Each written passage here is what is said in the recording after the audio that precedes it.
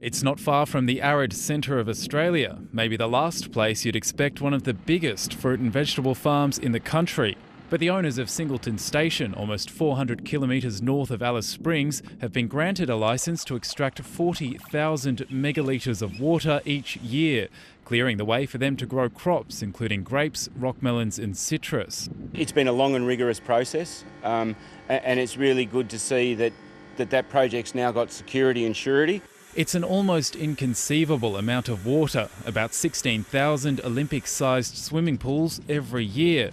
But the government says it's only a fraction of the 138 million megalitres in the aquifer below. It says Fortune Agribusiness has been licensed about half of the amount of water that can be sustainably extracted. The estimated sustainable yield assumes that if all of the consumptive pool is used for 100 years, you will take less than 4% of the stored volume of water in that resource. So there's lots of water there. Crops won't be planted on the farm immediately. After community concerns about the size of the water licence were raised earlier this year, the water controller says it'll be staged and subject to strict conditions. With any area that's not been widely developed, there is uncertainty, and so that's why this licence requires the proponent to do additional work before they can commence extraction.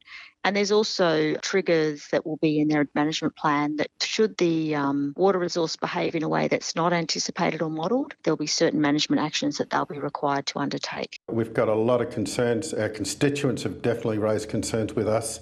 We reserve the right to appeal, but that appeal will be based on independent expert advice that we'll be seeking as soon as we can understand the decision a bit better.